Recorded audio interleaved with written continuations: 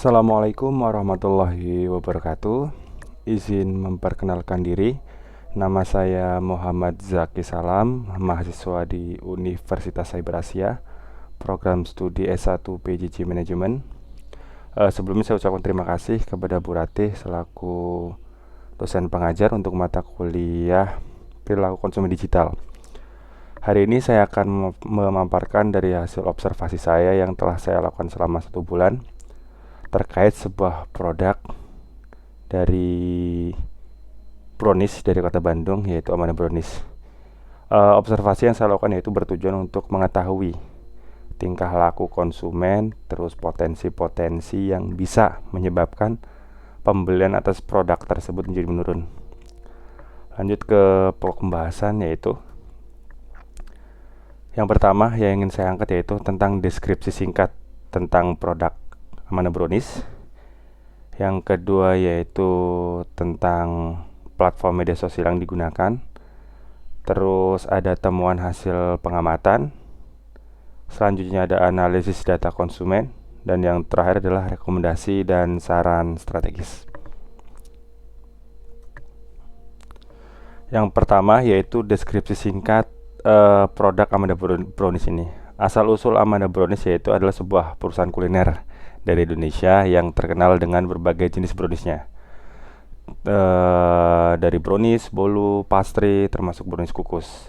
Perusahaan ini didirikan oleh Ibu Sumi Wilujeng pada tahun 1999 yang telah berkembang menjadi industri besar dengan banyak cabang di berbagai kota. Asal-usul Amanda Brownies awalnya adalah bisnis catering yang menawarkan brownies kukus dengan resep yang didapatkan dari keluarga. Bisnis ini berkembang pesat dan menjadi sangat populer terutama sebagai oleh-oleh khas dari Kota Kembang, Bandung. Branding produk yaitu selain brownies kukus, Amanda Brownies juga menawarkan berbagai varian brownies lain seperti brownies blueberry, choco marble, dan original. Nama Amanda ini sendiri yaitu memiliki arti anak mantu damai dan dipilih oleh pendiri sebagai harapan agar bisnis berjalan dengan baik dan harmonis. Amanda Brownies ini telah membangun citra merek yang kuat sebagai produk berkualitas dan terpercaya. Bisnis ini dimulai dari usaha rumahan dan kini memiliki banyak outlet di berbagai daerah. Dan Amanda Brownies juga terlibat dalam kegiatan sosial seperti mengajak UMKM lokal untuk menjadi reseller produknya di outlet mereka. Masuk pembahasan yang kedua yaitu tentang platform media sosial yang digunakan. Platform yang digunakan untuk melakukan observasi yaitu menggunakan Instagram dan melakukan pengamatan langsung pada akun resmi dari Amanda Brownies dengan username @amandabrownies.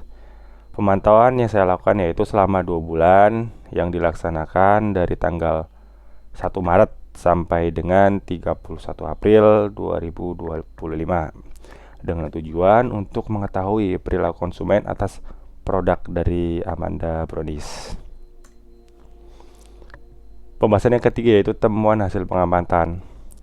Dalam kurun waktu dari tanggal 1 Maret sampai dengan 31 April 2025 pada akun Instagram resmi dari Amanda Brownies yaitu mereka telah mengunggah postingan produk sebanyak 18 kali dengan rincian unggahan yaitu sebagai berikut.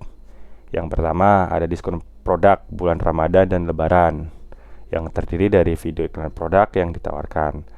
Terus variasi produk kemasan menyambut hari raya Idul Fitri. Yang kedua yaitu pembuatan hampers Lebaran dari produk Amanda Brownies. Yaitu untuk pembuatan hampers ini terdapat beberapa unggahan.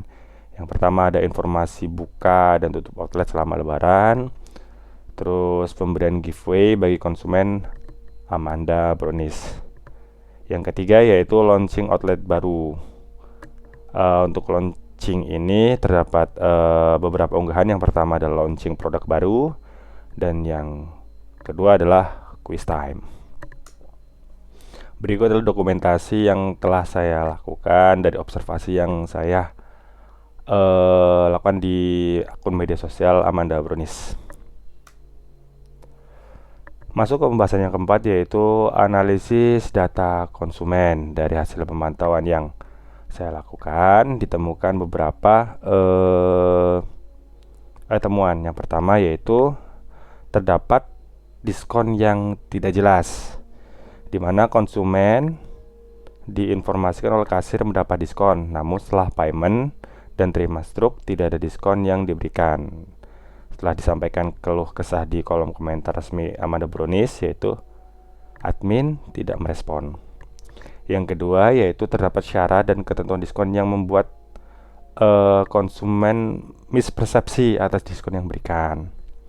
Yang ketiga yaitu ada pencantuman syarat dan ketentuan diskon disampaikan di media sosial Instagram, yaitu sangat kecil. Jika konsumen tidak teliti pasti tidak terbaca. Dan yang keempat yaitu admin akun media sosial Instagram tidak responsif dalam menjawab pertanyaan dari konsumen. Padahal dengan memberikan informasi yang cepat kepada konsumen dapat meningkatkan citra produk. Apabila hal tersebut tidak dilaksanakan dapat memberikan dampak negatif yang signifikan. Berikut adalah dampak yang dapat terjadi apabila admin media sosial Instagram tidak responsif dalam menjawab pertanyaan, kritik dan saran maupun keluh kesah dari konsumen. Yang pertama yaitu penurunan kepuasan pelanggan.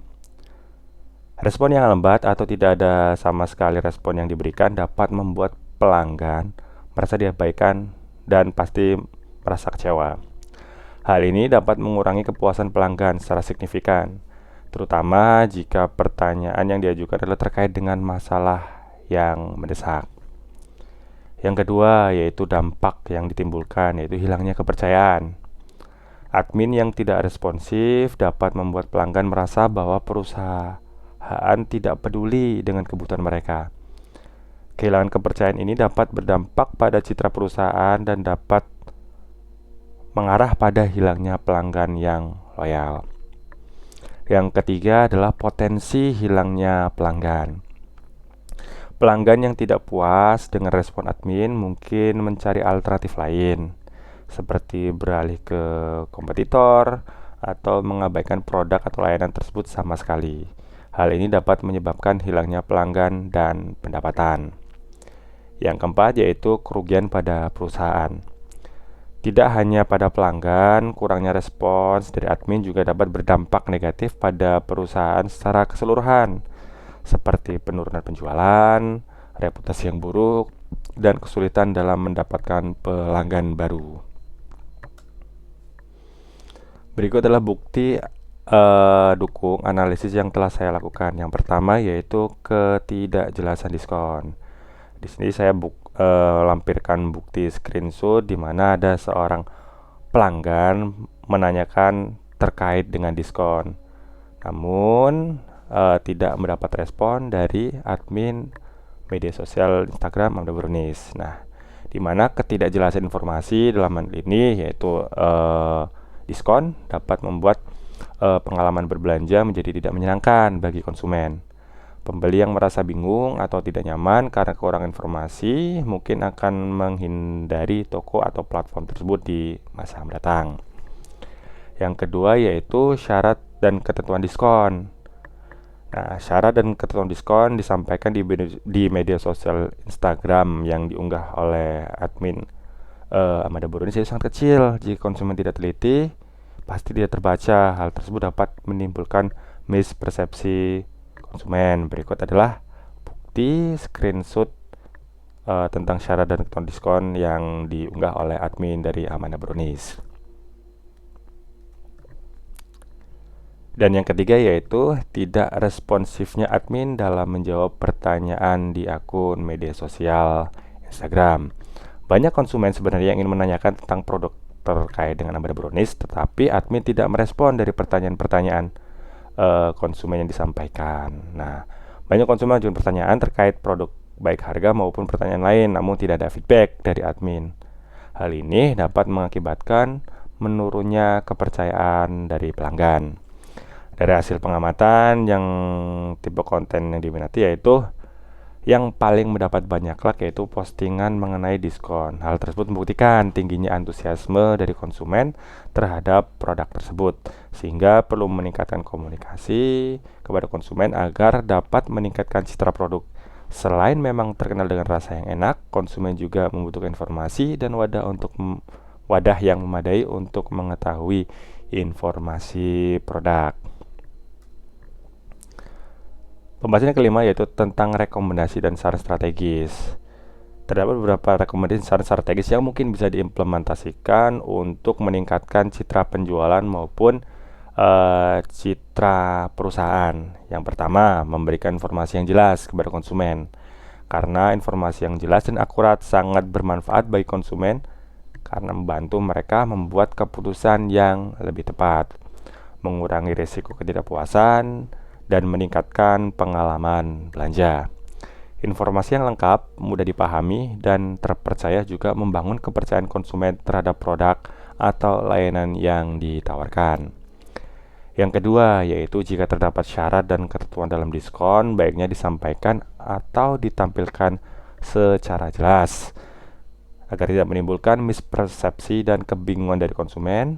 Karena penentuan syarat dan ketentuan diskon konsumen yang baik melibatkan beberapa faktor, termasuk tujuan diskon, jenis diskon, dan cara menghitungnya.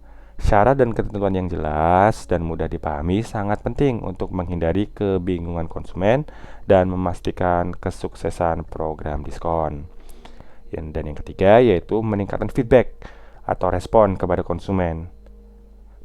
Nah, memberikan feedback ini memiliki banyak manfaat penting bagi bisnis, terutama dalam hal peningkatan kualitas produk dan layanan, kepuasan pelanggan, dan loyalitas pelanggan. Selain itu, feedback juga membantu dalam memahami kebutuhan pasar dan mengambil keputusan bisnis yang lebih tepat. Sekian pembahasan yang dapat saya sampaikan.